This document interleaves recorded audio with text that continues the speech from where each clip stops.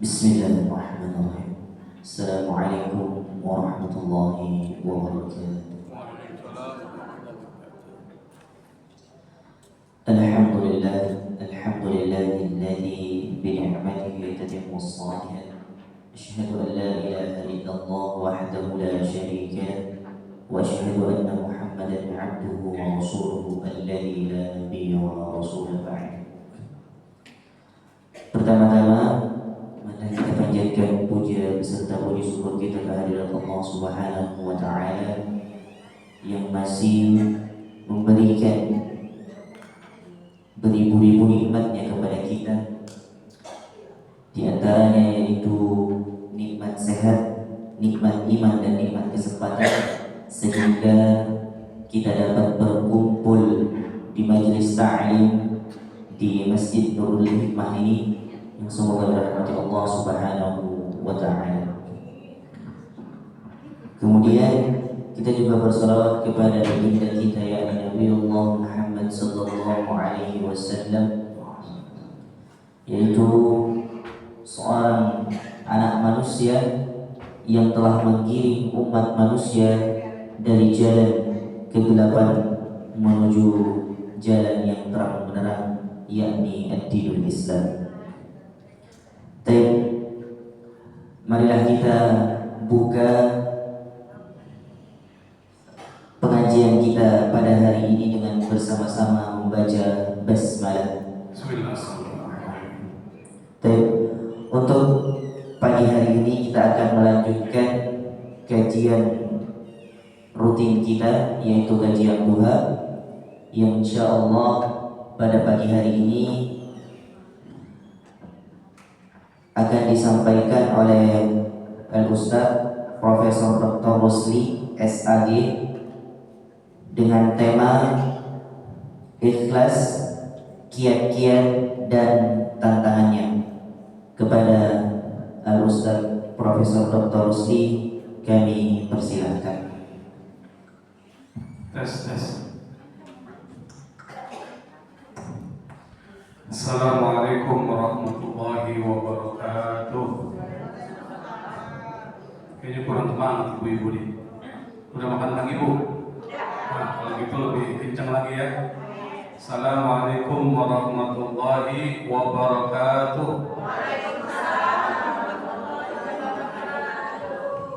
Alhamdulillah, wassalatu wassalamu ala rasulillah Muhammad ibn Abdullah wa ala alihi wa sahbihi wa mawala wa la hawla wa la quwwata illa billah. Allahumma la sahla illa ma ja'altahu sahla wa anta taj'al sabba aw al-hadna idha syi'ta sahla bi rahmatika ya arhamar rahimin. Amma ba'd. Bapak-bapak, ibu-ibu, jamaah majelis ta'lim Nurul Hikmah yang dimuliakan, dibanggakan oleh Allah Subhanahu wa taala. Puji syukur kita panjatkan kehadirat Allah yang telah menggerakkan hati kita, meringankan langkah kaki kita, sehingga di tengah-tengah kesibukan kita masih bisa hadir berlibur di taman surga Allah Subhanahu wa taala. Kalau orang menggunakan waktu pekannya itu berliburan, pergi ke puncak, pergi ke mal-mal, pergi keluar kota, kita menghabiskan liburan akhir pekan kita di taman surga. Apa itu taman surga? Majelis ilmu. Dan ingat, taman surga itu enggak semua orang diizinkan Allah masuk, kecuali orang-orang tertentu. Kalau saya punya taman, kira-kira semua saya kasih masuk nggak? Saya punya taman nih, di rumah saya cakep, ada kolam renangnya, ada buah-buahannya, free, bebas mau petik silakan. Apakah semua orang saya izinkan masuk?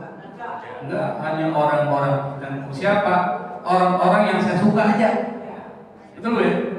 Kalau orang yang saya benci, kira-kira saya kasih masuk nggak? Aman. Taman surga ini yang diberikan izin masuk hanya orang-orang yang disukai Allah. dicintai Allah. Maka beruntung kita, Bu, bersyukur karena kita masih dicintai oleh Allah. Kalau Allah cinta sama kita, apa yang kita minta Allah kasih. Yang kita minta kepada Allah adalah melalui majelis ilmu ini dosa-dosa kita diampuni. Itu penting. Kenapa? Kalau dosa masih ada, repot nanti. Mau masuk surga masih ada dosa, digosok dulu di neraka itu sampai bersih. Maka yang kita minta dengan barokah majelis ilmu ini adalah dosa kita diampuni Allah. Dan itu memang kata Rasul, siapa yang berwudu di rumahnya lalu pergi ke masjid, maka setiap langkah kakinya itu diampuni dosa-dosanya oleh Allah, yaitu dosa kecil. Langkah yang kedua, diangkat derajatnya. Makanya orang yang menuntut ilmu itu, kata Allah, yarfa, Allah angkat, yarfa'illahu alladhina amanu minkum walladhina utul ilma darajat. Allah angkat.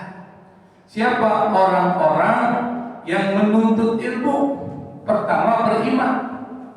Maksudnya orang Islam. Orang Islam yang mana yang diangkat? Yang menuntut ilmu. Menuntut ilmu ada waktunya. Kata Nabi, minal mahdi ilal lahdi. Dari Anda berada di pangkuan seorang ibu, kita udah belajar. Sampai kita masuk ke dalam kubur, kita tetap harus belajar. Jadi nggak ada istilah umur. Gua udah tua lah, ngapain gua belajar? Emangnya gua mau jadi apa? Bukan itu tujuan. Anda belajar bukan untuk jadi ustazah, bukan. Supaya ngerti mana baik, mana buruk. Supaya ngerti mana amalan-amalan yang bisa membuat Allah ridho sama kita. Nggak perlu jadi ustaz atau ustazah. Yang penting kita tahu ini loh amalan yang Allah suka, ini yang Allah enggak suka. Karena ada orang bilang, udah tua, ngapain kau belajar? Emang kau mau jadi ustaz? Enggak ada waktu. Bukan untuk jadi ustaz.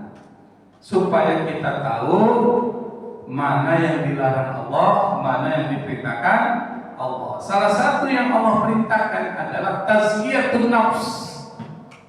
Apa? Hati kita, jiwa kita bersih dong.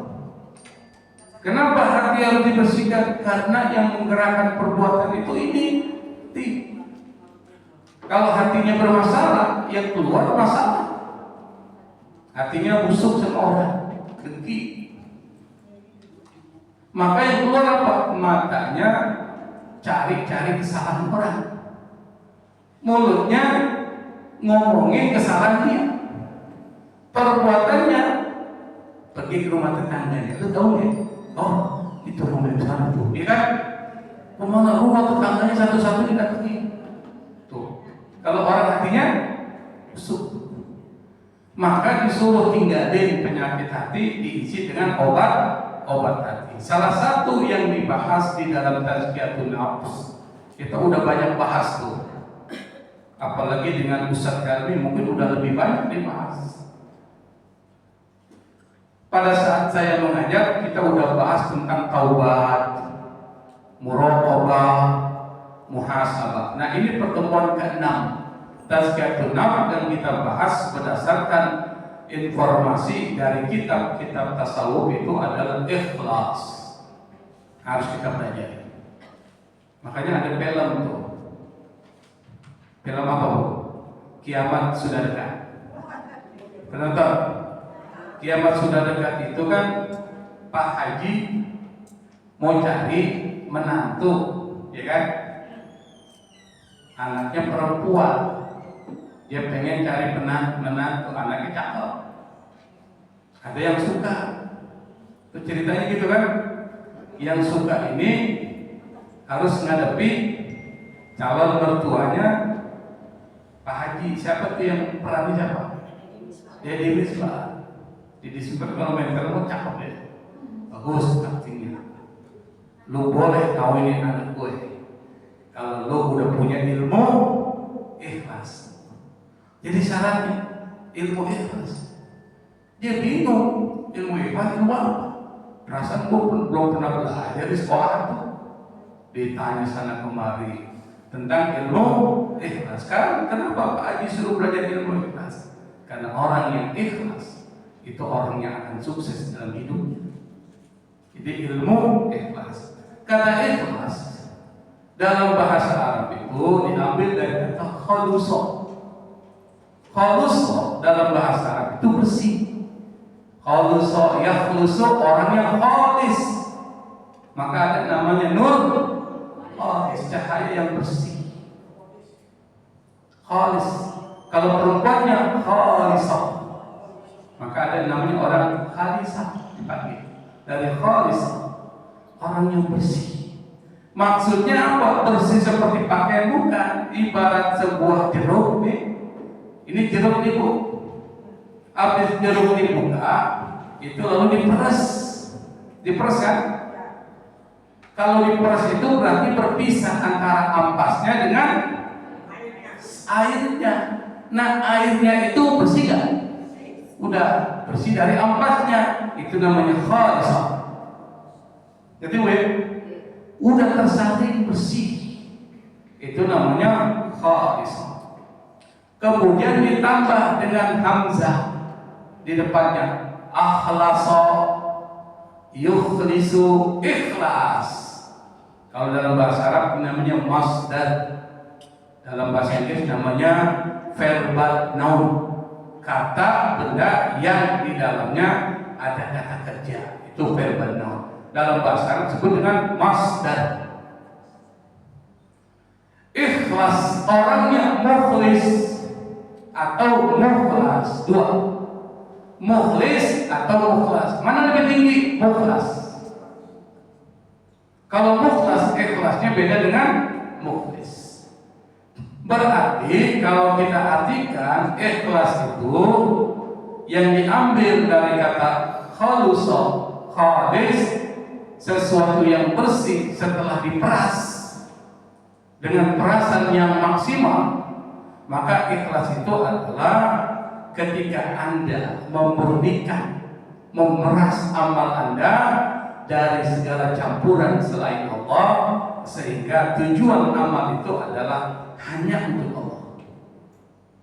Karena amalan kita ini bisa masuk unsur apa aja. Betul nggak Bu? Kita ini beramal masuk semua unsur. Pengen dipuji orang, pengen dilihat orang. Supaya apa? Supaya orang ngatain dia orang hebat, orang soleh. Dikit-dikit ke masjid, dikit-dikit ke masjid, pakai jubah, pakai sorban. Jubahnya juga seperti Batman, kan? Pokoknya kan ada orang begitu kan? Pakaiannya ada begitu, supaya dia dibilang orang soleh, orang ahli. Ada nggak begitu? Ada. Ibu-ibu pergi pengajian, pakaiannya seragam. Ada nggak gitu Bu? Supaya apa? Supaya kelihatan kuat nih, modis, jilbabnya sama, warna merah jambu, merjam, pakaiannya sama tempat itu. Tujuannya apa? Kadang-kadang tujuannya bukan karena Allah, itu karena apa? Supaya kelihatan seragam, cakep, gitu ya. Supaya orang bilang, ini baru majelis taklim hebat nih. Setiap pengajian seragamnya beda-beda. Betul ya? Yang kasihan suaminya. Kenapa? Yang beli bajunya siapa? Suaminya. Suaminya ngaji nggak pernah pakai seragam. Istrinya pakai seragam. Setiap ustadz beda-beda seragam. Betul ya? Betul nggak Bu? Wow, berarti ngaku kan? Aku. Tapi nggak apa-apa seragam. Yang penting niatnya karena Allah, bukan karena seragamnya biar kelihatan kinclong, bukan. Sesuatu disebut khalis tuh, yang saya sebut tadi, kalau dia bebas dari campuran. Amalnya dia hanya untuk Allah, nggak ada yang lain tuh, bebas bersih. Kalau amalan itu masih ada unsur lain, belum disebut ikhlas. Kalau amalan itu tidak ikhlas karena Allah, ditolak. Makanya ada orang yang sholat tapi nggak diterima Allah. Ada kam min qaimin laisa lahu min qiyamihi illa ta'am, kata Nabi yang bilang. Berapa banyak orang yang sholat tidak dapat apa-apa, cuma capek doang. Sholatnya sangat sah secara fikih karena dia menjaga rukun dan syaratnya, tetapi tidak diterima oleh Allah. Kenapa? Niat sholatnya supaya dilihat orang. Oh, itu maksudnya. Yang kedua, ada orang puasa sah ya, karena syarat dan rukunnya terpenuhi, dia nggak makan, dia nggak minum, tidak membatalkan puasanya. Tapi ditolak oleh Allah. Kam min shaimin laisa lahu min siyamihi illa ju' wal 'atas. Berapa banyak orang yang puasa tidak diterima puasanya, maksudnya pahalanya tidak dapat, kecuali yang didapat apa? Ju', lapar, wal 'atas, aus. Maka dalam bahasa Arab, kalau saya bilang saya lapar, ana jau'an. Kalau saya bilang saya haus, ana atasyan. Dia kata ju' wal 'atas. Maka jangan pikir amal kita bisa diterima Allah. Nah, salah satu supaya diterima oleh Allah, salah satu syaratnya adalah ikhlas. Karena Allah, ibu duduk di sini nih, tujuannya bukan untuk siapa-siapa. Gua ngaji nih karena Allah. Gua ngaji supaya gua ngerti mana yang baik, mana yang buruk. Gua ngerti mana yang halal, mana yang haram, mana yang Allah perintahin, mana yang Allah larang. Gua ngaji untuk itu supaya gua jadi orang baik tuh. Karena Allah, bukan karena DKM-nya, bukan karena ustadznya, bukan karena temen gua, bukan karena yang lain. Karena Allah tuh baru diterima Allah. Itu ya. Jadi niatin nih kita hadir di sini bukan untuk siapa-siapa. Gua nggak enak kalau gua hadir makan haji, gua nggak enak. Ya pada haji di Gasan.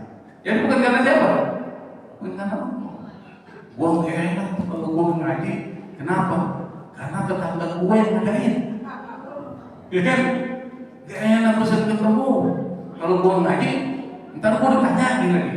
Lu kemarin kemana? Gua pergi, padahal dia ada dalam kamar. Akhirnya bohong. Jadi sekali lagi niatin kita ngaji itu karena Allah Subhanahu wa ta'ala. Itu namanya ikhlas. Ada nggak dalilnya? Jelas. Dalilnya jelas banget. Quran bicara, hadis bicara.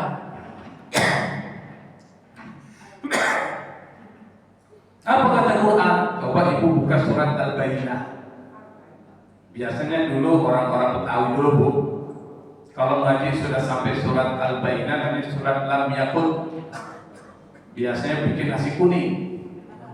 Ya, Lam yakunil ladzina kafaru min ahlil kitab. Biasanya muridnya suruh bikin nasi kuning itu satu tempat. Betul ya? Nanti makan rame-rame. Saya nggak tahu kenapa itu Lam Yakun, mungkin kata Yakun kali, Lam Yakunin. Jadi nasi kuning ya nih. Mungkin ya. Lam yakunil kan siapa? Nasi kuning kan. Mungkin itu kali alasannya. Jadi nasi kuning. Ibu pernah ngalamin nggak? Ada yang pernah ngalamin? Kalau orang dulu gitu, saya dulu ngalamin masih kecil ngaji. Udah sampai lam yakun. Besok lu bawa nasi kuning ya. Ya bawa aja, dulu kan. Bawa. Cuma bingung.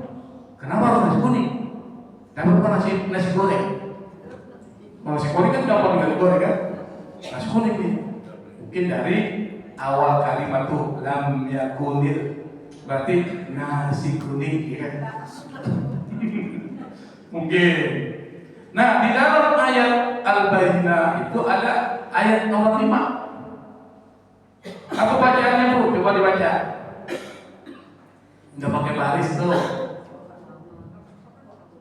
Lam yakunil ladzina kafaru, ada ayat nomor 5. Siapa yang baca, ibu-ibu? Silakan.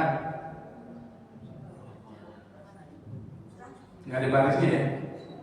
Ada barisnya Ustaz, yang ada barisnya gue bingung. Apalagi nggak ada barisnya. Wa ma umiru illa liya'budullaha mukhlishina lahud-din hunafa. Ada tulisannya lagi, tapi dipotong aja lah. Wa ma umiru, mereka tidak diperintahkan, tidak diperintahin illa kecuali apa? Liya'budullaha, kecuali menyembah Allah. Mukhlisi, mukhlis, dalam keadaan mengikhlaskan lahu kepada Allah. Apanya? Tadi keberagamaan. Apa itu keberagamaan? Salatnya, puasanya, zakatnya, hajinya, korbannya, dan semua amalan-amalan itu mukhlisina lillah. Mukhlis, ikhlas karena Allah. Hunafa. Gak perlu lagi kita artikan karena fokusnya pada mukhlisina lahuddin. Hunafa itu artinya bersih. Itu dalilnya. Dan masih banyak dalil-dalil lain yang memperkuat ayat ini. Diperkuat lagi dengan hadis-hadis Rasulullah. Salah satu hadis yang paling populer, riwayat Imam Bukhari, Imam Muslim. Kalau ia diriwayatkan Imam Bukhari, Muslim, itu udah pasti sahih. Keyakinan Ahlussunnah wal Jamaah udah pasti sahih. Kenapa? Karena proses penyaringan hadis itu lalu dimasukkan dalam kitab Sahih Bukhari oleh Imam Bukhari dan Sahih Muslim oleh Imam Muslim itu ketat. Beda. Berkas yang masuk untuk diteliti, diverifikasi itu ketat tuh bahasanya. Kalau orang mau masuk kerja itu berkasnya diverifikasi, dicek, dan ceknya ketat. Sama hadis yang mau dimasukkan ke dalam kitab Bukhari, kitab Sahih Muslim itu ketat sehingga bisa dipastikan hadis ini hadis sahih. Apalagi yang diriwayatin dua orang ini yang di dalam ilmu hadis namanya asy-syekh fil hadis. Maka kalau ada dua ulama besar ini meriwayatkan hadis, sebenarnya rawahu asy-syekhon, yang meriwayatkan adalah dua syekh, guru besar hadis. Jadi syekh itu sama dengan profesor, guru besar hadis. Apa hadisnya? Innamal a'malu binniyat. Ya kan? Pernah dengar enggak? Sering dengar ya? Itu kan hadis populer. Sesungguhnya innama. Kalau ada kalimat yang menggunakan kata innama, maka kalimat itu mengkhususkan dan membuang yang lain. Innamal a'malu, amal perbuatan itu tidak lain dan tidak bukan dinilai dengan niat. Innamal a'malu binniyat. Amal perbuatan kita diterima atau tidak itu dengan niatnya. Niatnya buat siapa? Buat Allah, terima. Niat itu penting. Maka niat itu jadi rukun. Ibu kalau puasa nih, enggak niat, sah nggak puasa? Enggak sah. Apalagi puasa Ramadan. Puasa Ramadan itu harus niat tuh. Kalau mazhab Syafi'i niatnya di mana? Kapan? Hah? Niatnya kapan? Kalau kita mau puasa Ramadan, malam hari. Makanya malam hari itu supaya orang nggak lupa, nggak lupa ya. Para ulama nyusun strategi supaya dibaca oleh jamaah setiap malam habis sholat tarawih dan witir sama-sama kita baca. Apa niatnya? Nawaitu shaum Ramadan an adai fi syahri Ramadan hadis sana. Itu tujuannya untuk kita nggak lupa, supaya kita ngelakuin. Kenapa? Kan biasanya kita lupa. Kita sholat tiba-tiba tidur, subuh lupa, keenakan makan daging ayam, lupa dia, kelupaan. Jadi disatuin di malam hari. Dan niat itu harus disebutin, namanya ta'yin. Ini puasa sunnah atau puasa wajib? Sebutin. Sholat sunnah atau sholat wajib?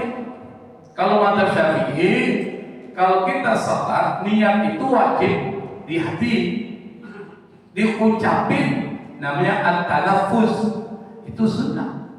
Mazhab Syafi'i. Kalau mazhab Malik, niat wajib di hati, nggak perlu diucapin.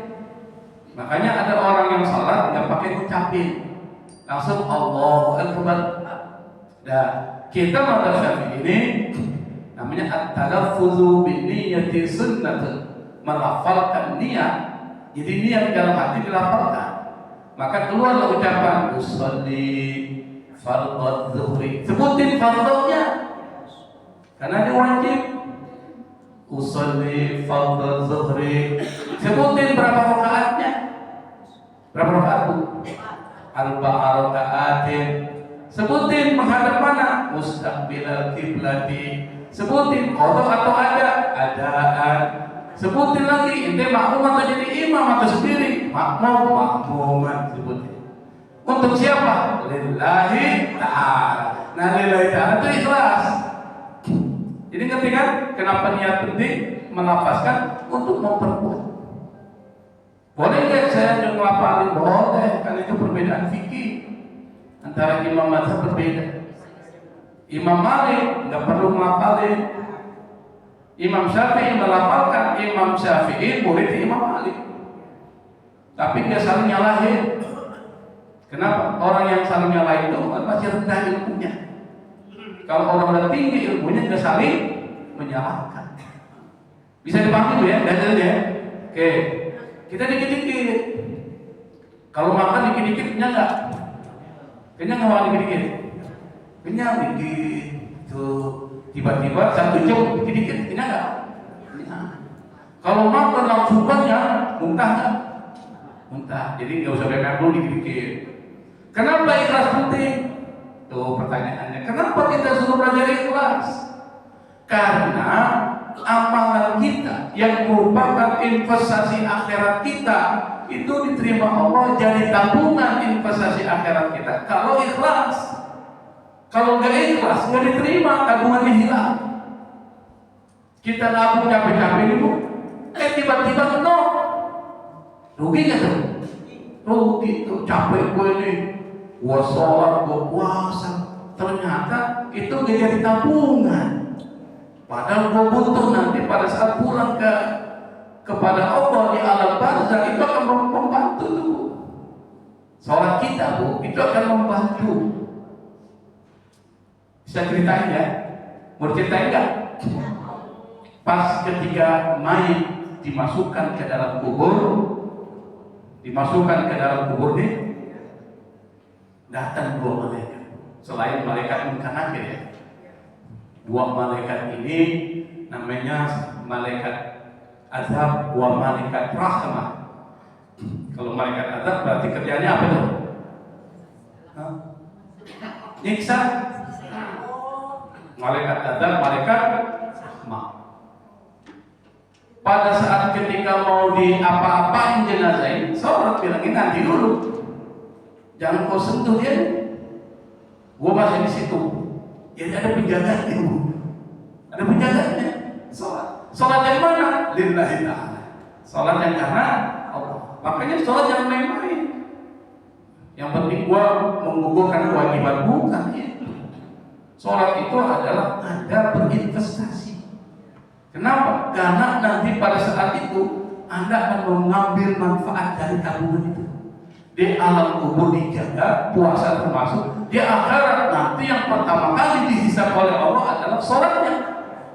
Kalau sholatnya no problem, tidak ada masalah, selamat kita. Tapi kalau ada masalah, yang lain ada masalah. Maka amalan kita itu bergantung pada ikhlas. Maka ikhlas penting. Saking pentingnya ikhlas, Nabi pernah cerita tentang kisah orang yang diseret ke neraka padahal melakukan kebaikan. Kata Nabi ceritanya ini ada 3 kelompok dihadirkan kepada Allah Subhanahu wa ta'ala. Kelompok yang pertama adalah asy-syuhada, orang yang mati dalam keadaan dianggap syahid. Anda petik ya? Kalau orang mati syahid kan pasti surga langsung. perang di jalan Allah mati, itu mati syahid. Kalau perangnya karena Allah, dia pasti masuk surga. Bahkan nggak perlu dimandikan, dia dikuburkan langsung dengan pakaian yang kena darah dan nggak perlu disolatkan. Itu fikihnya. Kenapa nggak perlu dimandikan disolatkan? Orang udah bersih, orang udah masuk surga, ngapain disolatin? Betul nggak? Orang yang kayak kita nih, yang belum tentu masuk surga, perlu disolatin nggak mau meninggal? Perlu, karena sholat itu doa. Maka doanya Allahumma ighfir lahu warhamhu wa'afihi wa'fu anhu. Kalau perempuan Allahumma ighfir laha warhamha, itu doa. Dan orang yang meninggal butuh itu doa kita, karena dia sudah tidak bisa beramal. Nah, dihadirkanlah orang yang syahid, dikasih dia tuh nikmat-nikmat kepada orang yang mati syahid itu. Lalu tanya, ente mengakui nggak nikmat ini? Kata orang yang mati syahid itu, mengakuinya. Lalu dia bilang, apa yang telah kau lakukan dengan nikmat-nikmat itu? Orang yang mati syahid bilang, aku berperang di jalan-Mu ya Allah hingga aku mati syahid. Apa kata Allah? Kadzabta, engkau bohong. Allah bilang bohong. Engkau perang di jalanku bukan untukku, tetapi supaya engkau disebut pemberani. Jadi dia perang supaya disebut pahlawan. Pahlawan itu dia orang hebat, dia orang berani, pahlawan mati dalam peperangan. Dan engkau sudah dapatkan itu. Namamu disebut sebagai pahlawan. Misalnya pahlawan A, pahlawan B dikuburin di Kalibata. Itu taman makam pahlawan. Kalau ibu bukan pahlawan, nggak mungkin bisa dikuburin sana. Paling kuburnya di mana? TPU. Itu pun apa campur-campur itu. TPU itu kadang-kadang kalau nggak bayar itu nggak bayar. Keluarganya dikuburin di TPU nggak dibayar. Besok enggak. Mana orangnya? Sudah dicampur dengan jenazah yang lain yang bayar. Itu hati-hati di TPU. Karena orang kalau dikuburin ini satu kuburan dengan orang yang banyak tuh, dan tidak ada hubungan mahram, itu haram. Hati. Kecuali ada hubungan mahram, ibu dengan anaknya boleh. Karena nggak ada tanah lagi, kuburin lagi situ, campur seperti apartemen, campur bertumpuk. Boleh kalau masih ada hubungan. Kalau orang lain boleh. Maka dari sekarang cari tanah buat kuburan Bu. Ya Bu ya? Berapa kali berapa? 2 kali. Kuburan berapa sih ukurannya? 2 kali 1 meter kan? Siapinlah. Satu bisa bercampur, tapi jangan orang lain masuk di situ. Dan nggak boleh kuburan kita bersama-sama dengan kuburan Kristen atau Hindu atau Buddha. Bagi kita itu kafir, harus pisah. Makanya dalam Islam kuburan orang Muslim nggak boleh digabung dengan orang nggak boleh campur. Coba ada nggak kuburan kita dicampur sih? Muslim dan non Muslim ada? Di mana? Hah? Oh sama itu Kristen? Ya. Kalau yang campur bisa maksud campur, ini kuburan Kristen, kuburan Islam, itu campur tuh. Kenapa? Orang Islam gelisah. Dia di kuburan itu bukan berarti dia mati, dia hidup di alam barzah, terganggu dengan orang yang di sampingnya disiksa terus. Orang non Muslim disiksa terus dalam alam kuburnya, dia terganggu. Kapan-kapan saya ceritain Bu ya, kapan-kapan lah. Yang kedua Bu, kenapa ikhlas penting? Karena orang yang ikhlas itu membebaskan hati dari pujian orang. Orang yang ikhlas nggak butuh pujian. Orang mau muji mau nggak muji nggak penting bagi dia. Misalnya ibu sering majlis taklim hadir majlis taklim karena Allah. Ada orang bilang, itu orang hebat banget itu. Perasaan gue setiap hari ke majlis taklim. Orang itu gak pengaruh dia, gue senang, gue dipuji. Enggak. Orang ikhlas. Orang mau ngomong apa Yang penting dia lurus on the right track di jalan Allah. Itu orang ikhlas. Kenapa? Kalau dia masih terpengaruh dengan perkataan-perkataan orang dan pujian-pujian dari orang lain, itu belum ikhlas. Itu cirinya. Kalau dia masih suka dipuji orang, itu belum ikhlas. Salah satu contoh adalah ada seorang cucu Rasulullah, namanya Ali bin Husain bin Ali bin Abi Thalib. Ali bin Husain ini adalah anak dari Husain, cucu Rasulullah. Namanya Ali Zainal Abidin. Jadi dapat gelar namanya Zainal Abidin.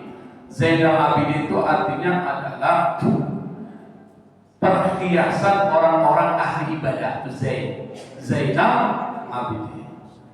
Beliau ini suka dan sering membawa makanan di malam hari dan mengantarkan kepada orang-orang fakir miskin yang tidak dikenal, ditaruh aja di depan rumahnya itu makanan. Langsung dia balik. Setiap hari, setiap saat, dan sering dilakukan.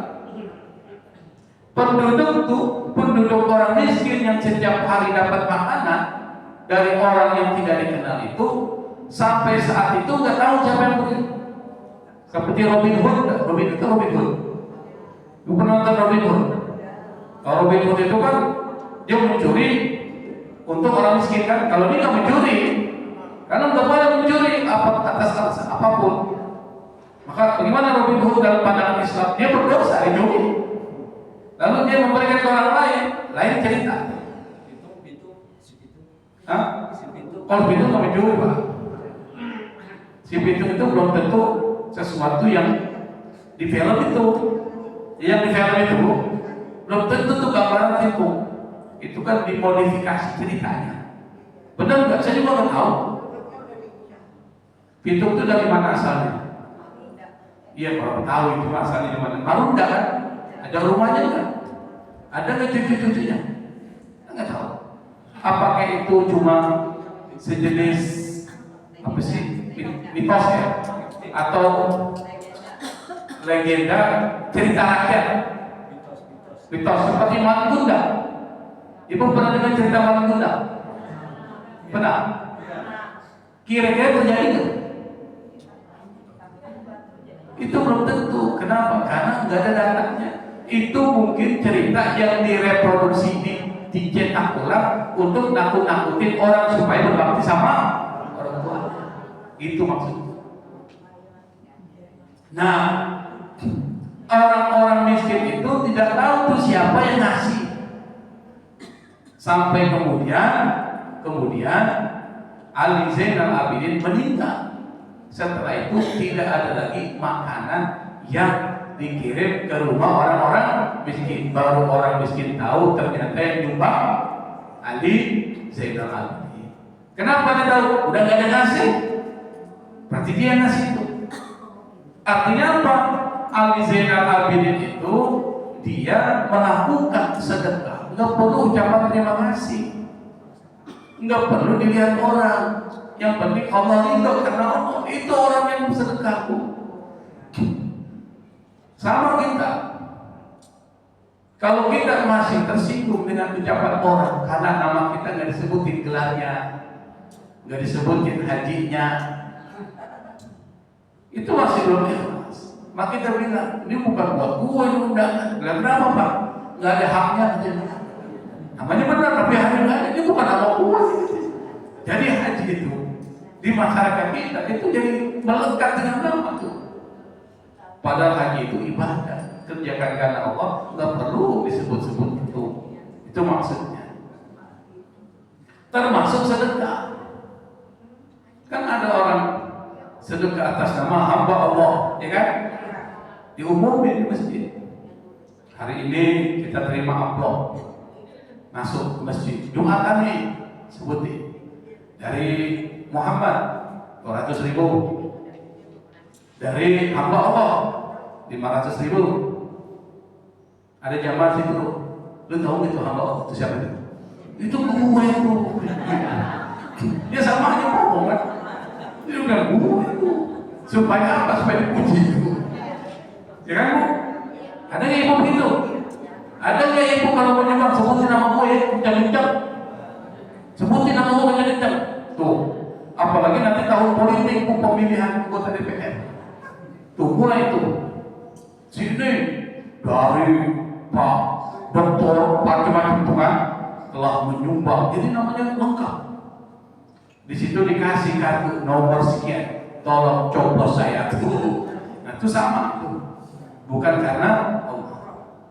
Bahkan ada ketika dia tidak dipilih, karpet yang pernah disumbang ke masjid tak lagi Bu. Ada begitu di kampung. Kalau di sini nggak ada sih.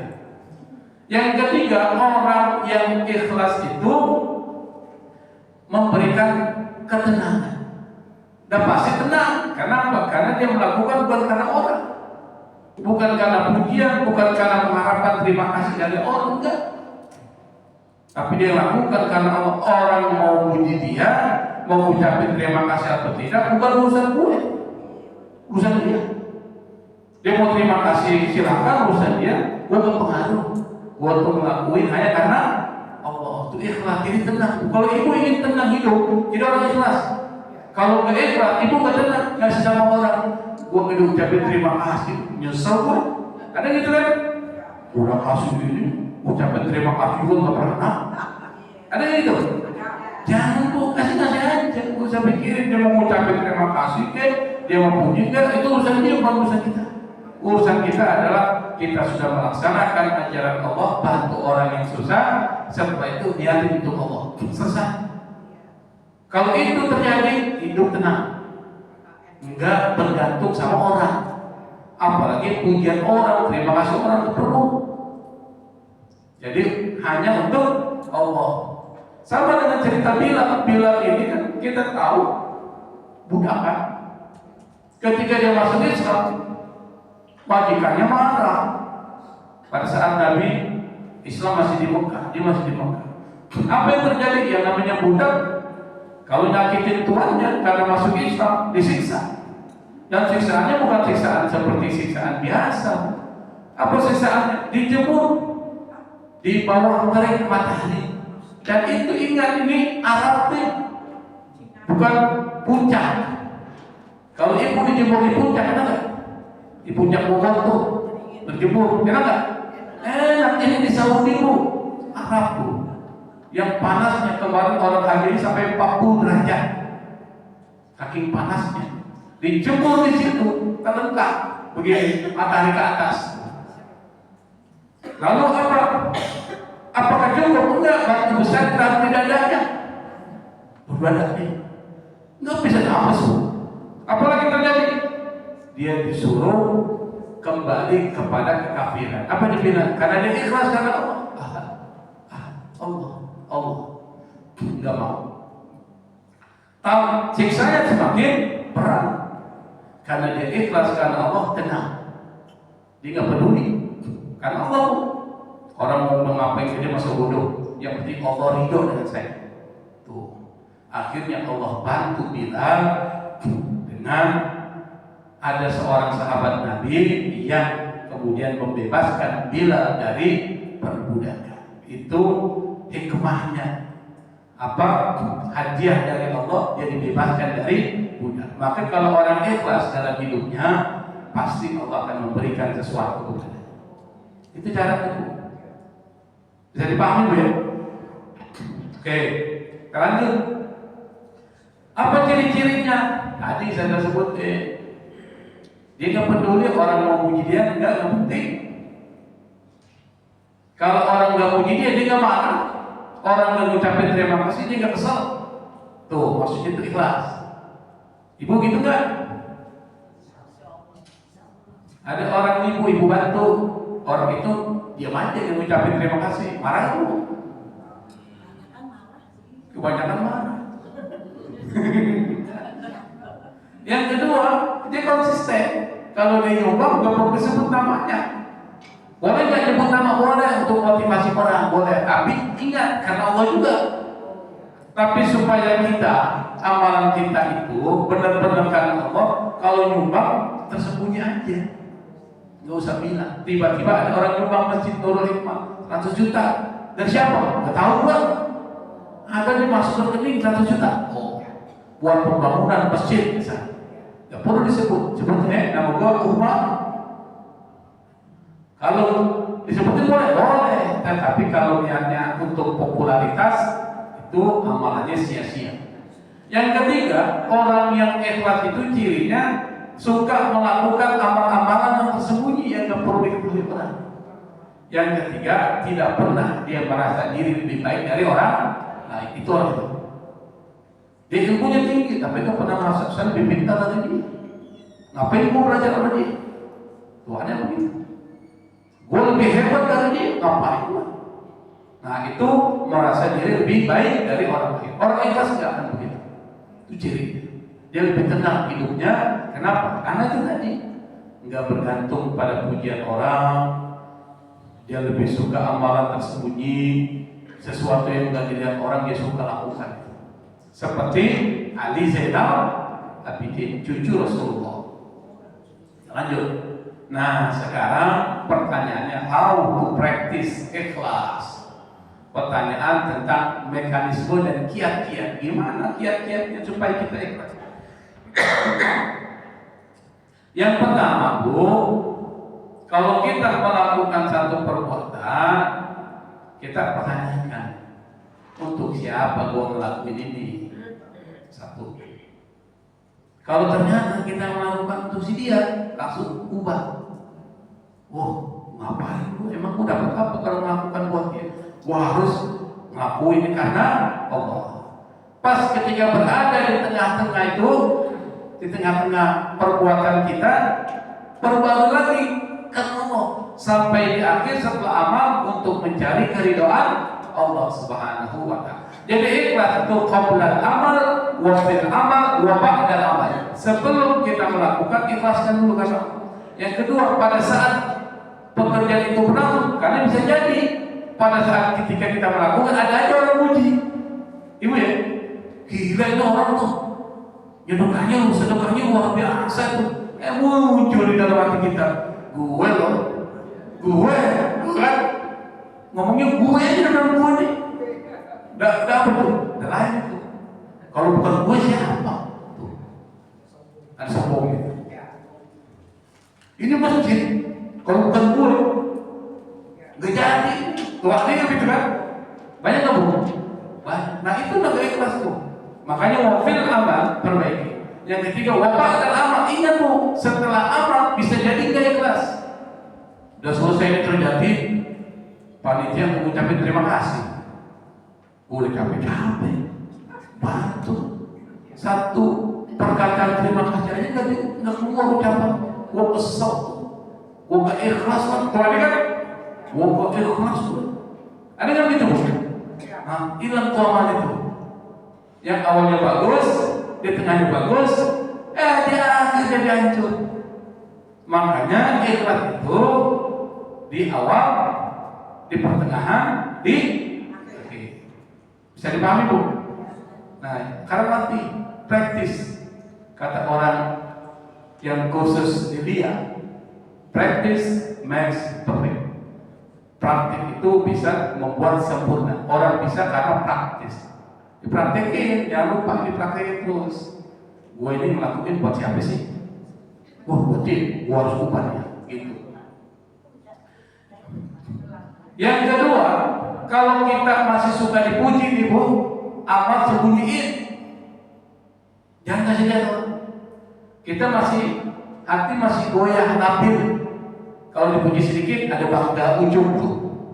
Maka kalau amal sembunyiin aja, supaya orang tahu. Sedekahnya sembunyi supaya orang nggak puji.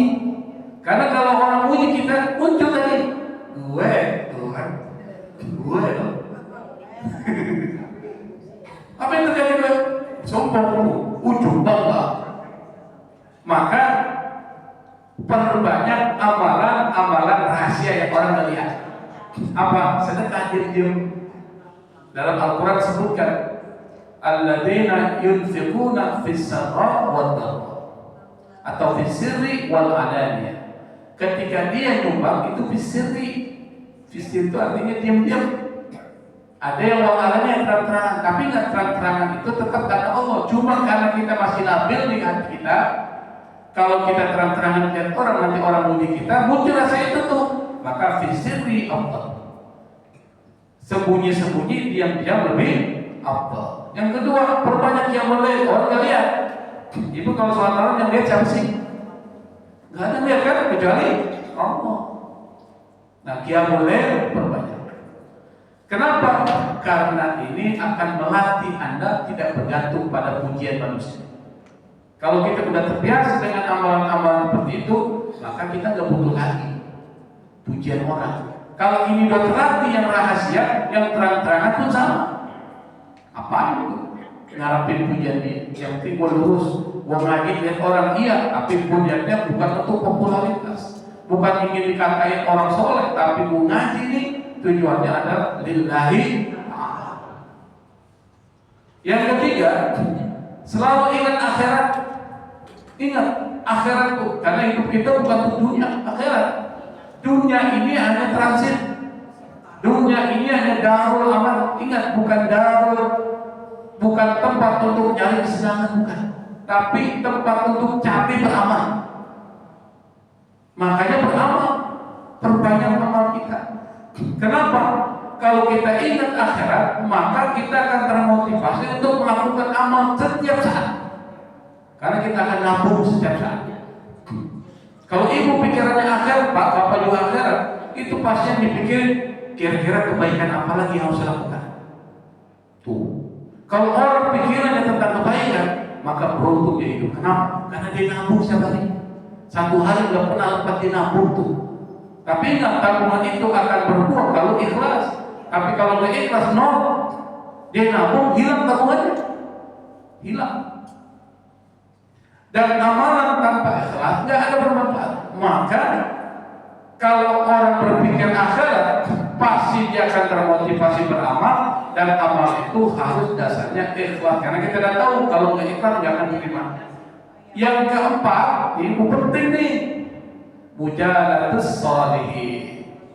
Kalau ngumpul sama orang soleh bu, sama orang-orang baik, yang ngumpul sama orang-orang baik, kenapa? Pengaruh. Ibu kalau berkumpul dengan tukang minyak wangi, kena apanya? Wanginya. Tapi kalau ibu ngumpul dengan tukang masak, kena apanya? Bau masak. Nah, sama kalau kumpul dengan orang-orang soleh yang selalu mengajari kebaikan, ibu menjadi orang baik. Maka di mana tempatnya? Majlis taklim. Kumpul ke majlis ilmu. Jangan majlis-majlis yang tidak bermanfaat. Bukan berarti kita mencela majlis itu, bukan. Kita hidup ini nggak lama, singkat. Maka saya kalau hidup yang singkat ini kita gunakan untuk yang nggak bermanfaat. Umur kita berapa sih? Pak Najib berapa Pak Najib? Umur 60. Dikit lagi tuh. Berapa? 65 apa lagi? Dikit lagi tuh. Baina sittin wa sab'in kata Nabi, 60 sampai 70 tahun. Sekarang saya nanya, waktu masih muda sering ikuti kegiatan begini nggak? Jarang. Maka sekarang isi tuh akhir-akhir hidup ini yang tinggal 5 tahun lagi, yang 10 tahun lagi, 20 tahun lagi isinya. Kita nggak tahu, kebaikan aja. Gak usah mikirin macam-macam. Nah, salah satunya supaya kita amalan ikhlas itu kumpul dengan orang-orang soleh, majlis taklim lah. Jangan majlis taklimnya arisan mulu. Dikit-dikit arisan, dikit-dikit arisan. Boleh nggak? Boleh aja, tapi itu bukan tujuan. Itu hanya bagian tambahan aja. Tapi kalau jadi tujuan, kalau nggak ada arisannya, gue nggak datang. Tuh, jadi bukan ilmunya. Yang ketiga, minta sama Allah. Karena ini ikhlas, nggak bisa kita lakukan kecuali dengan pertolongan Allah. Maka minta sama Allah, Allahumma ini. Dipoto bu doanya, ini dari Rasulullah nih. Allahumma inni a'udzubika an usyrika bik wa ana a'lam wa astaghfiruka lima la a'lam. Kita ulangi bu. Allahumma inni a'udzubika an usyrika bika wa ana a'lam wa astaghfiruka Lima la a'lam. Apa itu artinya? Ya Allah, aku berlindung kepada Engkau dari menyekutukan Engkau. Maksudnya melakukan suatu bukan karena Allah. Wa ana a'lam, sementara saya tahu. Wa astaghfiruka, aku minta ampun kepada Engkau ya Allah, lima la a'lam, terhadap perbuatan yang aku tidak ketahui. Itu dibaca dalam setelah selesai sholat, kita disisipin aja sekali. Supaya apa? Supaya Allah bantu kita melakukan amalan-amalan karena ikhlas, karena Allah Subhanahu wa ta'ala. Apa tantangannya? Banyak. Tantangan pertama sering terjadi di dalam masyarakat kita. Apa? Riya, ingin dilihat orang. Yang kedua tadi ujub. Tuh, kalau bukan gue, jadi tuh. Ketiga, sum'ah. Sum'ah dari kata sami'ah. Sami'ah itu mendengar. Sum'ah itu ingin didengar. Oh, si dia tuh kan didengar kan. Kalau tadi dilihat tuh riya. Riya dari kata ro'a. Ro'a melihat. Kalau ingin dilihat orang namanya riya. Sum'ah ingin didengar orang. Kalau orang itu hebat nih gitu. Yang ketiga, yang bikin tantangan dalam melakukan ikhlas itu adalah kita suka bergantung pada pengakuan sosial supaya diakui. Makanya kita nyumbang supaya orang bilang kita dermawan. Tuh begitu. Dan yang keempat yang sering jadi hambatan kita konsistennya. Dia konsisten awalnya benar, pas pertengahan bermasalah sampai akhir bermasalah. Maka kita harus selalu memperbaiki niat kita. Jadi dunia, perbarui niat kita. Nah, saya pikir ini yang saya sampaikan udah jam 9:30. Semoga dengan apa yang saya sampaikan ini kita termotivasi menjadi orang yang ikhlas dalam beramal karena Allah Subhanahu wa ta'ala manfaatnya besar. Manfaat dunia dan manfaat akhirat. Wallahu musta'an. Wassalamualaikum warahmatullahi wabarakatuh.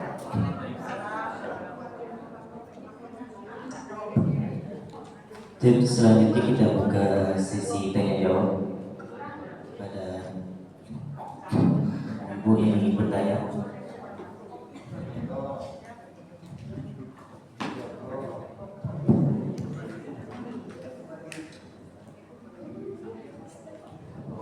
Assalamualaikum warahmatullahi wabarakatuh. Waalaikumsalam. Ustaz, doa-doa yang tadi dikasih pengurus Ustaz supaya difotokopi dibagi ke jamaah. Ya boleh Bu, nanti saya kirim ke Pak Najib aja ya. Ya. Terus pertanyaannya apa? Ustaz, kalau seseorang dikasih amanah untuk memimpin suatu pesantren, berarti punya kemampuan lebih kan? Kalau dalam perjalanan melakukan hal yang negatif itu karena pengaruh apa? Terima kasih. Assalamualaikum warahmatullahi wabarakatuh. Salam. Silakan yang lain Bu.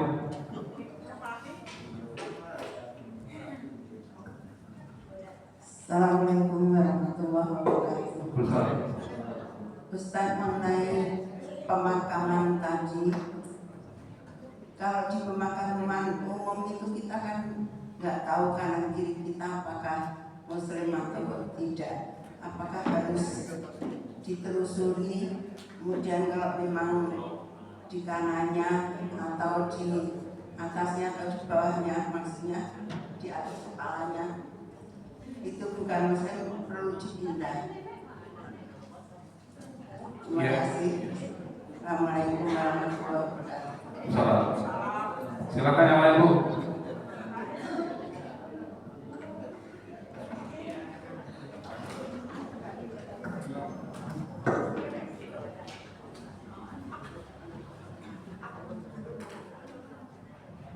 Assalamualaikum warahmatullahi wabarakatuh. Saya mau menanyakan, jika ada orang yang meminjam uang kepada suami dan istrinya tahu, tiba-tiba suaminya meninggal dunia dan uang tersebut ditagih terus, tapi finalnya si istrinya itu ya udahlah, lagi gitu Ustaz ya. Ya udahlah, semoga ini jadi amal jariah dari suaminya gitu. Itu apakah sudah dinamakan ikhlas atau bukan? Gitu aja Pak Ustaz. Terima kasih.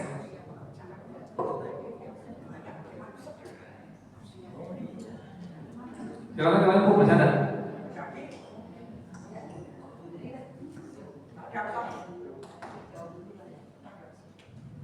Bapak-bapak,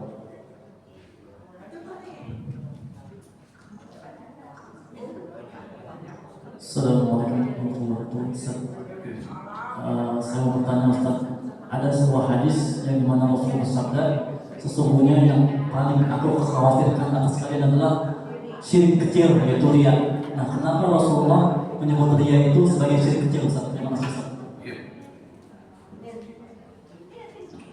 Masih ada lagi Bu?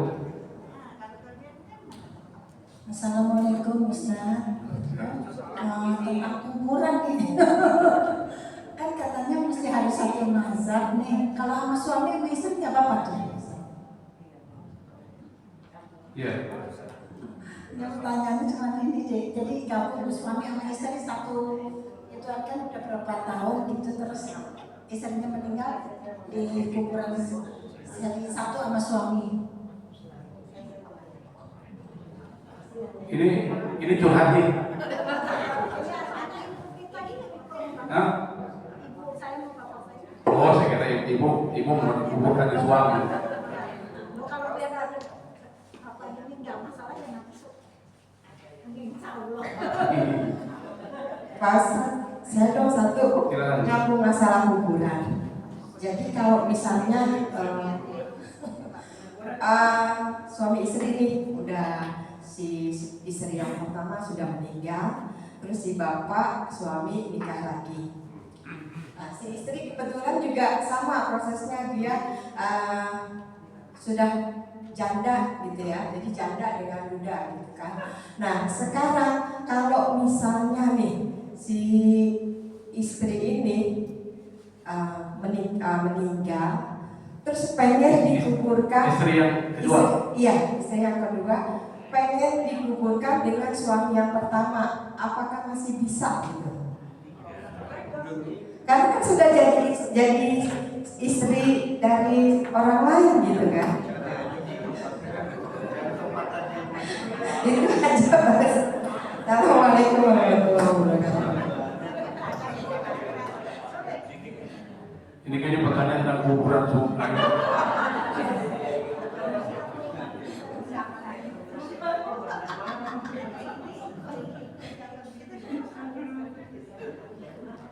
Masih ada? Ya, cukup ya? Sebelum saya jawab, saya minum dulu karena cari kuburan dulu.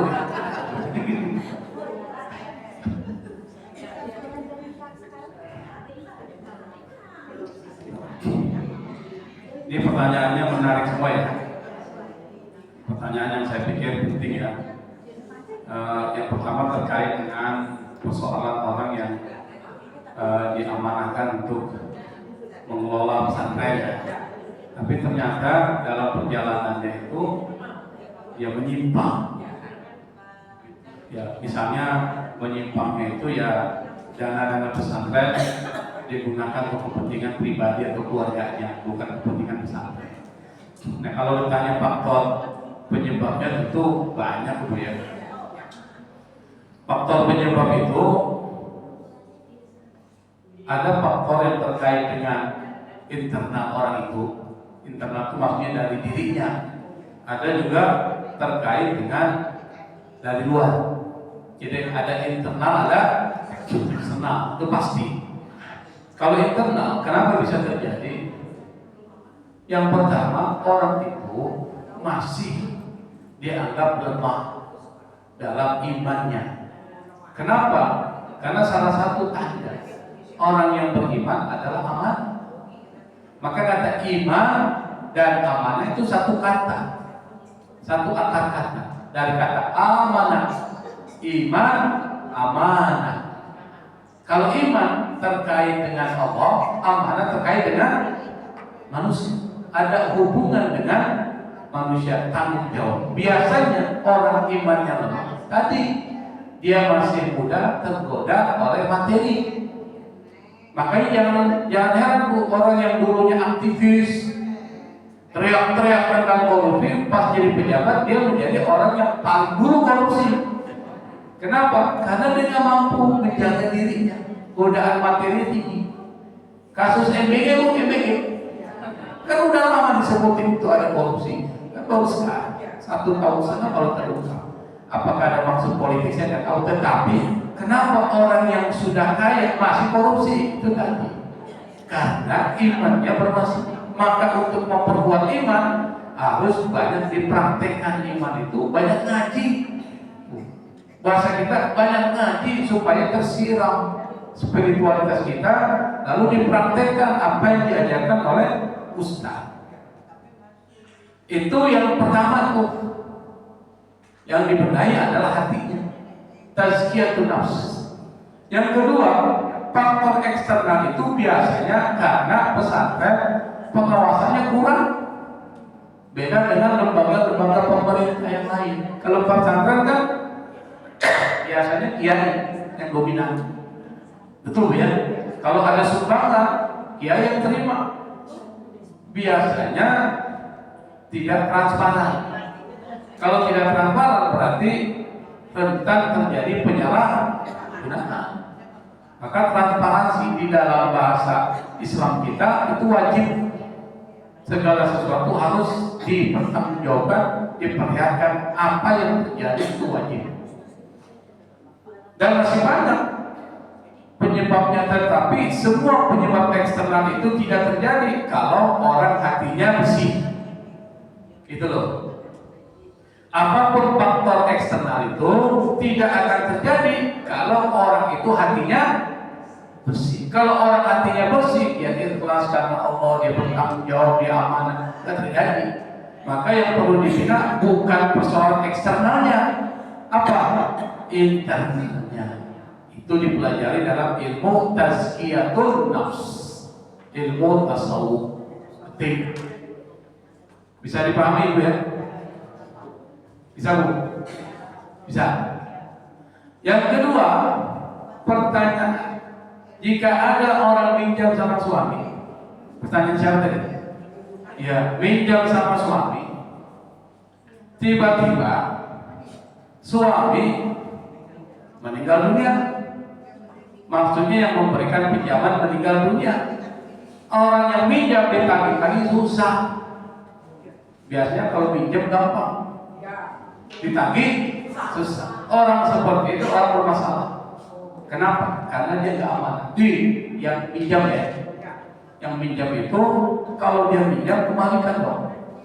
Tuh maksudnya gitu. Gimana kalau tidak kembalikan Ustaz? Nah sekarang suami mengikhlaskan. Udahlah, biarin capek kita, biarin aja lah. Apakah itu dianggap ikhlas? Ibu tanya ya. Iya maksudnya udah istrinya bilang dan gak usah dibayar lah, diikhlasin aja, dibiarin gitu. Kalau suami yang bayar pasti kabur orangnya kan? Kabur nggak kalau suami yang bayar?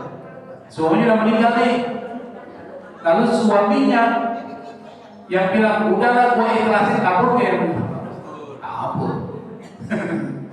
Tetap istri ya. Sekarang gimana jawabannya? Pertama, utang itu bagi yang utang wajib dibayar meskipun yang beri pinjaman sudah meninggal. Lalu kemudian kemana itu utang harus dibayarkan? Kepada ahli waris, kepada keluarga yang punya. Kalau yang minjam itu meninggal, dia minjam meninggal nih. Kan pikiran kita udah meninggal lah, berarti utangnya lunas. Itu Bu ya. Enggak lunas tuh. Kewajiban membayar utang bagi yang meninggal itu adalah kewajiban ahli waris. Yang ditinggalkan wajib membayar. Kalau ternyata yang meninggal adalah yang memberi pinjaman, maka kewajiban ahli waris menagih utang tersebut. Ngerti nggak maksudnya? Kenapa? Karena dia jadi hak waris. Karena utang orang yang meninggal kepada orang yang dipinjamkan, itu hartanya yang meninggal. Kalau harta yang meninggal, maka jadi harta apa? Harta waris. Karena harta waris harus dibagikan, maka si yang pinjam harus membayar. Bagaimana kalau seandainya yang pinjam itu menolak membayar? Diadukan di pengadilan. Gitu loh. Di pengadilan. Di pengadilan nanti akan memutuskan. Biasanya kalau diputuskan pengadilan itu punya kekuatan hukum mengikat, orang itu pasti akan membayar. Kalau kita, mungkin kita lemah, nggak bisa memaksa dia. Tapi kalau kepolisian yang memaksa pengadilan, lalu mengeksekusi putusan, maka dia pasti akan bayar. Bagaimana kalau ada orang dia sudahlah capek urus-urus gitu, ikhlaskan. Nah, kalau kita mau ikhlaskan, itu kebaikan dan itu ibu akan dapatkan pahala di sisi Allah. Apalagi yang dipinjamkan itu atau yang meminjam itu orang miskin. Kalau orang miskin, misalnya gini, saya bercontoh, ada orang miskin bu, hidupnya susah, makanannya susah. Karena dia susah, dia nggak punya beras untuk makan. Dia ke tetangganya, dia ke ibu lah misalnya, bu boleh nggak saya pinjam duit? Saya mau beli beras, ibu kasih. Tuh, kasih kan? Yang kasih suami ibu, dikasihlah 200.000 sekalian beli untuk persiapan 1 bulan, ya kan? Tiba-tiba sudah meninggal. Orang itu mau ditagih nggak bisa karena boro-boro punya duit. Kata istrinya, udahlah daripada bikin susah dia, kita bebaskan. Itu lebih baik buat ibu, pahalanya besar. Ibu minjamin aja nih, minjamin ke orang yang membutuhkan, itu pahalanya besar. Apalagi membebaskan kalau orang itu nggak sanggup bayar. Kalau orang itu sanggup bayar, minta polisikan. Kalau dia melanggar, kenapa? Dia mampu kok dia nggak mau bayar, berarti dia nggak bertanggung jawab, polisikan, adukan. Begitu kan? Hah? Kenapa? Maka dipolisikan.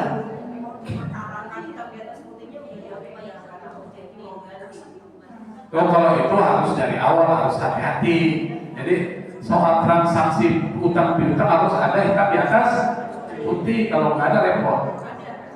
Udah, kalau memang nggak ada, udah biar aja urusannya sama Allah. Nah, kalau dia memang dia artinya 2 orang pegang. Kalau ternyata enggak, ibu nanti dapat, suami ini nanti dapat untung di akhirat. Kenapa? Pada saat pengadilan di hadapan Allah tuntut. Dan ingat, nuntutnya bukan lagi dalam bentuk uang, amal. Jadi gini, ya Allah, saya nggak ikhlas dia tuh masuk ke dalam surga, ya Allah. Ada urusan sama saya nanti. Lalu apa yang kau inginkan? Saya ingin kebaikan orang itu kasih saya. Karena nanti orang akan jadi egois di pengadilan Allah. Yang penting gue selamat, kasih saya. Lalu ditanya sama Allah, cerita Rasulullah, ditanya sama Allah, apa yang dia punya, kebaikan yang dikasih ke dia. Apa dia bilang? Boro-boro kebaikan, saya udah habis kebaikan saya diambil orang. Mungkin dulu sebuah utang orang, tapi kebayar, kan gitu. Lalu apa terjadi? Dia bilang sama si A, kalau begitu ya Allah, keburukan saya, dosa-dosa saya ditimpakan ke dia. Jadi dosa-dosa dia ini ditimpakan ke dia saja. Tuh, sampai terjadi seperti itu. Jangan sampai kita nanti jadi muflis. Kamu muflis. Kalau muflis bagus, muflis repot. Apa muflis? Bangkrut. Amal kita diambil orang. Di akhirat kenapa? Karena kita zalim sama orang. Dan orang lain nuntut kalau kita di hadapan Allah. Apa yang lakukan? Kebaikan diambil orang. Kalau kebaikan udah habis, dosa orang yang dizalimi ditimpakan ke dia. Ibu mau nggak gitu? Makanya jangan banyak utang.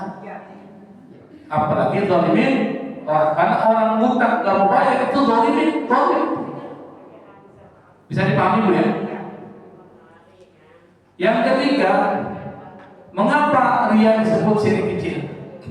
Jadi ada 2 model syirik.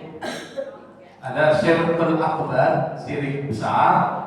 ada syirkul asghar, ada syirik kecil. Kalau syirik besar jelas Anda terang-terangan menyembah sesuatu selain Allah. Tapi syirik kecil itu Anda menyembah Allah. Sholat kan nyembah Allah nih, tetapi Anda mencampuri dengan niat yang lain. Allahu Akbar.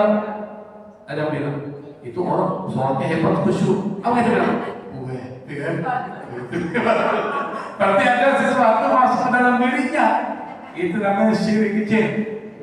Kalau syirik besar, kita harus tobat. Obat itu kembali itu. Misalnya dia menyembah selain Allah, murtad. Misalnya dia orang Islam pergi ke Gunung Kawi. Gunung Kawi itu pesugihan, nyari kaya, nyembah sesuatu selain Allah. Murtad itu musyrik itu. Ingat, jangan main-main. Orang yang seperti itu harus tobat. Tapi kalau kita misalnya seorang tiba-tiba ada yang kurang ikhlas, itu syirik kecil, namanya riya. Kalau dosa besar atau syirik besar, syirik besar itu bisa merusak keyakinan kita, itu berbahaya. Tapi kalau riya, kenapa kemudian disebut syirik kecil? Karena bersama dengan syirik besar ada sesuatu selain Allah dimasukkan dalam ibadah. Kita lihat supaya dilihat orang sholat kita, berarti ada sesuatu karena yang lain selain Allah kita masukkan dalam ibadah kita, betul nggak Bu? Itu namanya riya. Maka riya ini dianggap sebagai syirik kecil karena melibatkan sesuatu selain Allah dalam ibadahnya, meskipun yang disembah adalah Allah. Tapi kalau syirik besar bukan Allah, dia menyembah terang-terangan selain Allah. Jadi paham ya? Itu alasannya begitu. Tapi kalau ditanya, kalau syirik kecil hampir sebagian besar kita ada, hampir sebagian besar kita. Makanya harus kita hilangkan. Kita suka dipuji, kita suka dibicarakan yang baik-baik. Suka nggak dipuji? Suka dibicarakan yang baik-baik nggak orang? Yang ketiga, kita suka memperlihatkan amalan kita ke orang. Itu namanya riya. Dan itu bisa merusak tauhid. Sama dengan syirik merusak tauhid, syirik kecil riya itu bisa merusak tauhid. Kenapa? Karena riya itu mengerjakan sesuatu karena ingin dilihat orang, itu bisa mengotori tauhid karena ada dunia masuk di situ. Itu maksudnya. Makanya Nabi mengatakan yang paling aku takutkan atas kalian itu adalah syirik kecil. Apa syirik kecil itu wahai Rasulullah? Riya. Kenapa ini ditakutkan? Karena Rasulullah tahu sebagian besar orang kena ini. Ada rasa ujub, bangga, rasa sombong dikit, ada rasa ingin popularitas, ingin dipuji dan sebagainya. Tapi syirik kecil ini tidak mengeluarkan orang dari Islam, tidak keluarin, tidak memurtadkan. Tapi kalau syirik besar membuat keluar dari Islam. Nah, pertanyaan berikutnya, boleh nggak menguburkan dalam satu kuburan suami atau istri sekaligus ya? Tanya juga ya? Bukan, maksudnya kan suami udah meninggal seadanya Iya, maksudnya suami istri kan? Bapak sama ibu kan suami istri. Iya. Dikuburin dalam satu kuburan. Nah, sekarang begini. Menurut ketentuan fikih, kita fikih ini Bu ya, hukum asal menguburkan itu harus setiap jenazah, setiap satu liang lahan. Satu liang lahan. Jadi satu kuburan satu orang. Kalau kondisinya normal. Normal itu artinya masih banyak tanah. Di mana-mana masih banyak tanah. Kalau di kampung kan banyak kok. Itu satu. Bagaimana kalau darurat? Kalau darurat maka berlaku hukum ad-darurat tubihul mahdurat. Yang darurat itu membolehkan yang dilarang. Maksudnya darurat itu apa? Jakarta lah. Jakarta boro-boro mau nyari tempat kuburan ya. Rumah aja kita kontrak. Rumah aja kecil kita punya. Nah, dalam kondisi seperti itu, sementara kondisi keuangannya tidak banyak. Dia tidak punya uang untuk beli tanah untuk kuburan. Maka dalam kondisi seperti itu dianggap boleh. Misalnya saya beri contoh nih, seperti Aceh tsunami. Ibu tahu kan Aceh tsunami? Banyak yang meninggal. Ya, itu nggak bisa dikuburin satu-satu, karena repot. Langsung aja dikuburin sekaligus. Satu penguburan masalah. Boleh. Itu darurat tuh. Dia mau mahram tidak mahram boleh. Ya kan? Kan darurat. Atau kuburan lagi waktu perang Uhud pada zaman Rasulullah dulu kan ada perang Uhud banyak yang meninggal dikuburin satu. Boleh. Nggak disolatin, nggak dimandikan. Kenapa? Karena mati syahid. Sama orang yang tenggelam itu di tsunami Aceh itu mati syahid. Nggak perlu lagi disolatkan, langsung dikuburin semua. Tuh. Maka di situ nggak bicara mahram, ya, gitu ya. Tapi kalau kondisinya tidak seperti darurat tadi, seperti yang ibu katakan ibu, kondisinya bisa dikatakan karena tidak ada tanah lagi dan dia nggak mampu beli tanah. Tapi bukan darurat seperti yang tadi itu. Lalu bagaimana hukumnya? Suami istri itu dimakamkan sekaligus. Jika terpaksa menggabungkan jenazah laki-laki dan perempuan, maka syaratnya harus ada hubungan mahram. Kalau tidak ada hubungan mahram, suami istri boleh. Mahram itu misalnya saya dengan adik saya perempuan, mahram nggak? Mahram, saya nggak tahu ini. Ini mahram. Kalau kita bilang muhrim, padahal muhrim itu lain artinya. Kita bilang mahram. Kalau muhrim orang yang ihram. Kalau mahram orang yang dilarang dinikahi. Saya dengan ibu saya dengan tante saya tuh cing, itu nggak boleh kawin. Tapi kalau suami istri ini bukan mahram, karena boleh kawin. Makanya ibu kalau cium tangan sama suami, batal suami itu wudunya, karena dia bukan mahram. Tapi kalau dengan adik perempuan kandung saya cium tangan, itu dia cium tangan saya nggak batal. Nah, karena dia hubungan suami istri boleh digabungkan menurut salah satu pendapat fikih.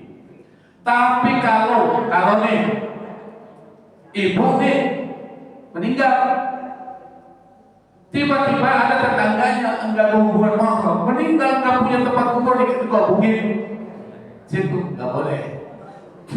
Ngerti kan? Kenapa? Orang lain kok terganggu nggak? Terganggu lah. Emangnya orang meninggal itu meninggal? Enggak, orang meninggal itu dia pindah alam. Sama dengan ibu misalnya di satu kamar, kalau suami istri boleh nggak? Boleh kan? Atau ibu tinggal dengan adik laki-laki boleh nggak? Boleh, nyaman, warga.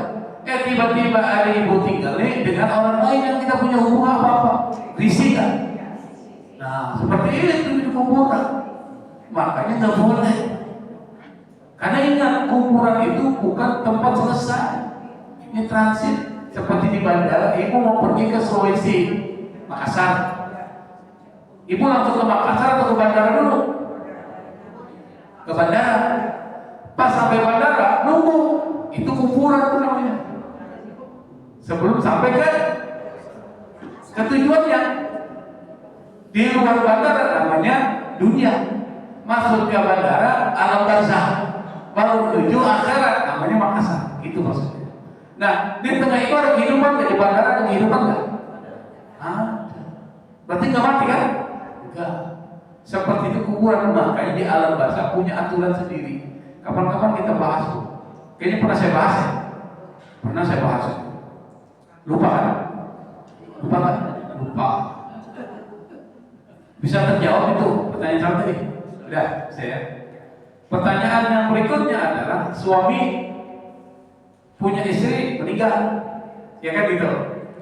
Lalu kawin lagi dengan istri yang kedua, janda. suaminya sudah meninggal. Tiba-tiba istri yang kedua meninggal.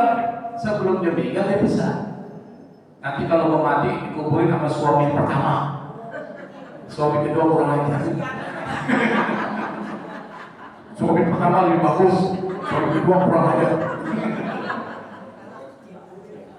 Jadi gini Bu, kalau ibu ingin punya suami pertama orang baik, ahlul jannah, ya kan? Lalu kemudian ibu pengen masuk surga bersama suaminya, kawin lagi dengan suami pertama. Tapi kalau ibu kemudian kawin lagi, maka ibu jadi istri yang kedua, maka dengan suami yang kedua. Kalau suami yang kedua bagus, ibu bisa masuk surga juga. Tapi nanti di akhir suami apa? Suami yang kedua. Segala sesuatu yang kurang terakhir, ya kan? Makanya kalau istri yang setia, kalau lagi cukup suami yang the best, is the best, kan gitu. Mau nggak kawin lagi? Biasanya ada begitu. Kenapa? Oh nanti mau sama-sama suami gue di surga sama suami gue. Gak ada, nggak kawin lagi. Tapi ada juga sih mau kesambung sah, kesambung.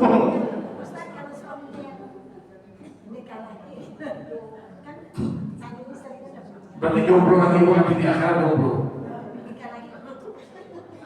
Ingat Bu, suami itu nanti punya istri, istrinya itu akan jadi paling cantik dari bidadari.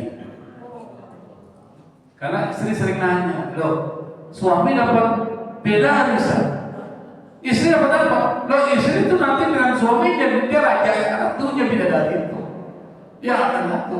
Kira-kira tua enggak? Kebal muda, cakep mau cakep, yang kira jadi cakep juga. Kenapa? Karena perasaan laki-laki itu nanti di surga Bu, itu udah dicabut yang buruknya. Nggak ada dendam, nggak ada simpati, nggak ada persaingan. Nanti antara ibu masuk surga dengan suami ini, ibu nggak akan iri dengan bidadari, nggak akan ada iri.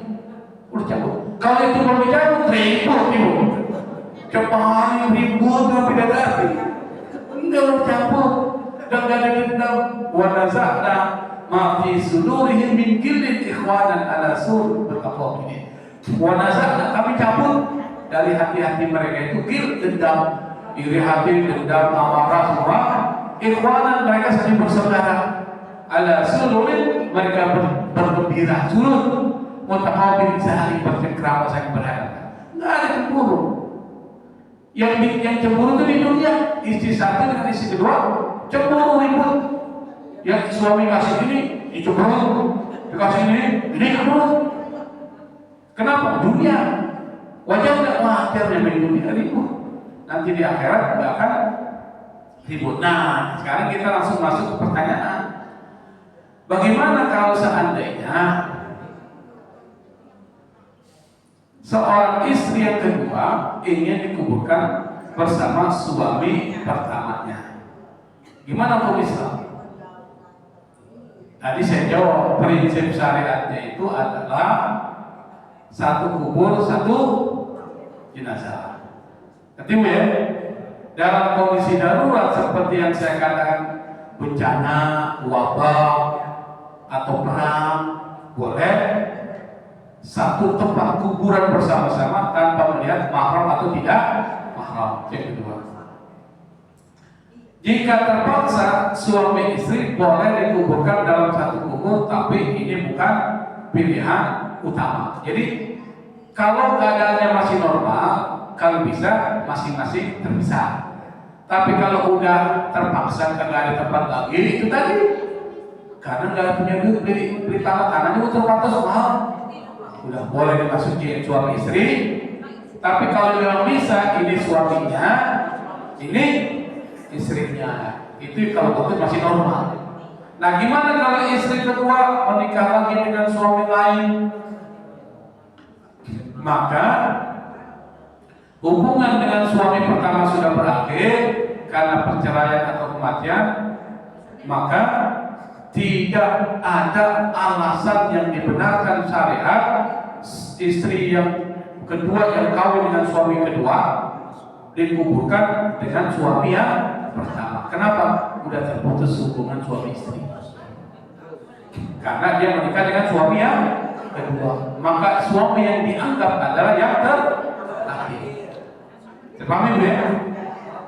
Jadi boleh nggak Ustaz dikuburkan bareng dengan suami? Dianggap tidak orang udah asing. Dianggap asing. Tahu asing? Tidak boleh. Karena dianggap asing. Asing itu orang lain. Ngerti kan? Artinya dia bisa dikuburkan dalam kondisi yang tidak normal dengan suami yang mana? Suami yang mana? Yang kedua. Makanya kalau dia masih bertahan tidak kawin nih, maka dia suami pertama. Bukan suami pertama, suaminya. Kalau dia kawin kan dengan suaminya. Tapi kalau dikawin lagi berarti dia terputus dengan suami pertama menjadi suami yang kedua. Boleh nggak yang pertama dikuburin situ? Tidak boleh. Karena dianggap orang luar. Bisa dipahami Bu? Dan sekarang udah siapin kuburan. Ya silakan. Ustaz, izin Ustaz, mengenai tadi kuburan Ustaz, saya mendengar mengenai hal yang sama seperti ini dari Ustaz juga kajian juga, bahwa jika sudah meninggal ya tidak lagi ada istilah mahram seperti itu Ustaz. Jadi kalau misalkan seorang yang dikubur itu Ustaz dan sudah sekian tahun dan ada yang karena kondisi tidak memungkinkan ada liang tanah baru, jadi boleh saja meskipun dia itu bukan mahramnya Ustaz. Artinya orang lain bisa itu. Dia mendengar mengenai satu liang boleh buat 2 orang meskipun dia itu adalah mahram atau boleh dinikahkan terus Ustaz. Yang dianggap ini mahram tuh laki-laki perempuan. Nah sekarang sih jauh ya. Dalam mazhab Syafi'i, kayaknya Ustaz itu harus belajar lagi fikihnya. Jadi gini, idealnya 1 orang 1 bulan. Kondisi darurat seperti wabah, bencana, perang dikuburkan bersama-sama tanpa melihat mahram. Ngerti kan? Ini saya ulang-ulang juga. Kalau kondisinya antara darurat dan tidak, maksudnya apa? Tanahnya itu kuburan ada, tapi dia nggak punya duit. Kalau dia punya duit dia bisa beli, ya kan? Dia nggak punya duit nih.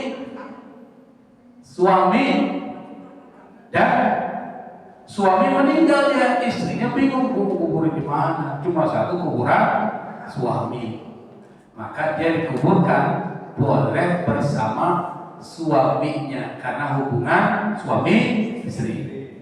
Tuh dan kondisinya seperti itu. Kalau dia dengan keluarganya kita tidak paham, boleh. Dia dengan ibunya boleh, karena dia mahram.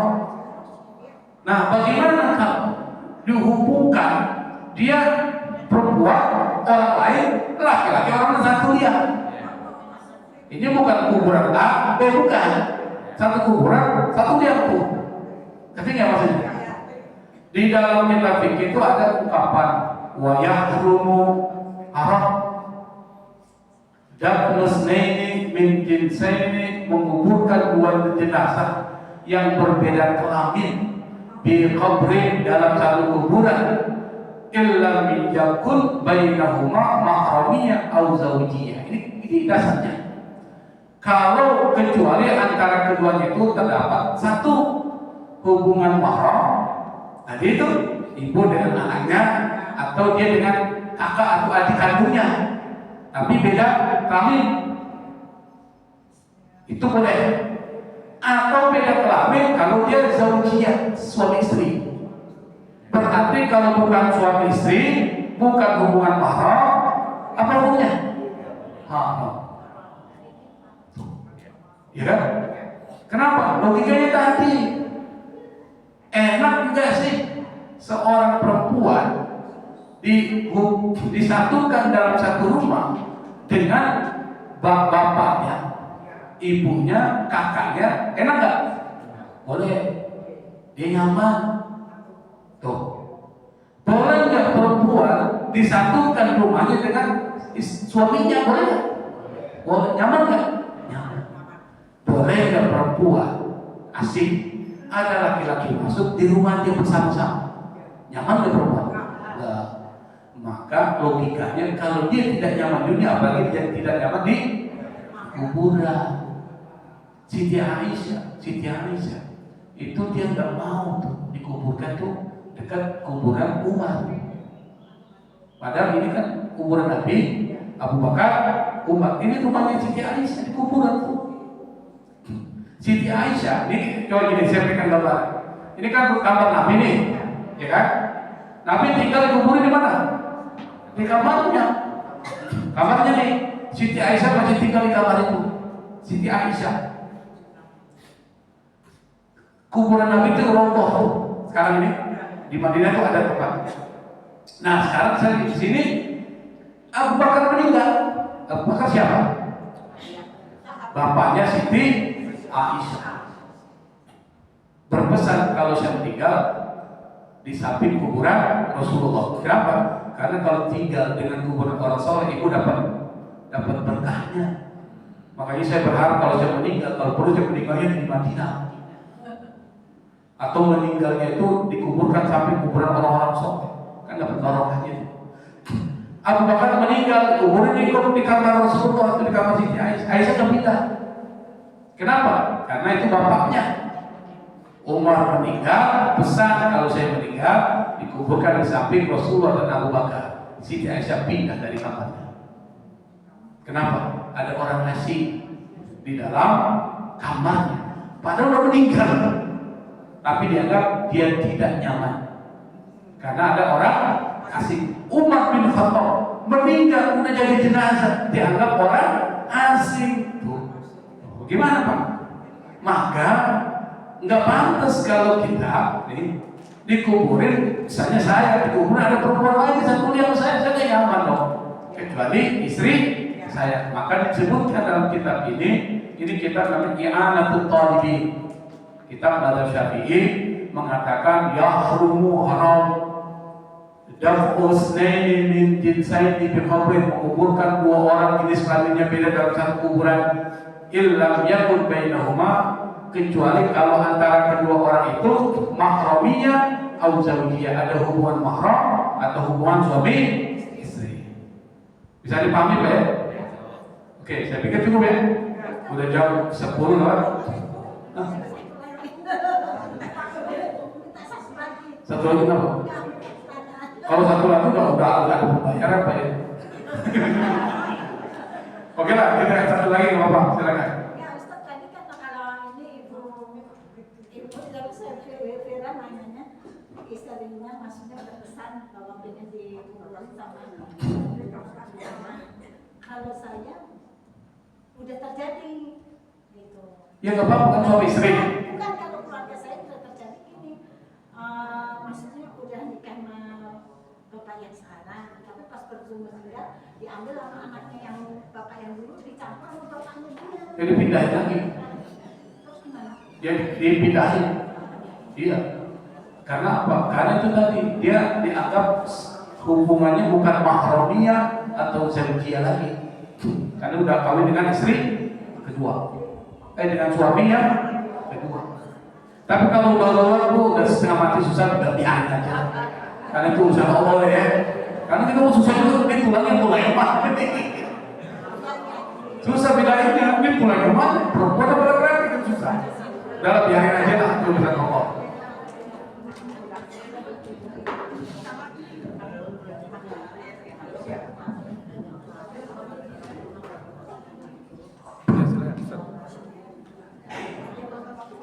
Allahu a'lam bishawab. Alhamdulillah, kajian doa kita pada hari ini berjalan lancar dan mudah-mudahan apa yang kita dengar dari uraian-uraian Ustaz kita semoga bermanfaat di dunia wal akhirah.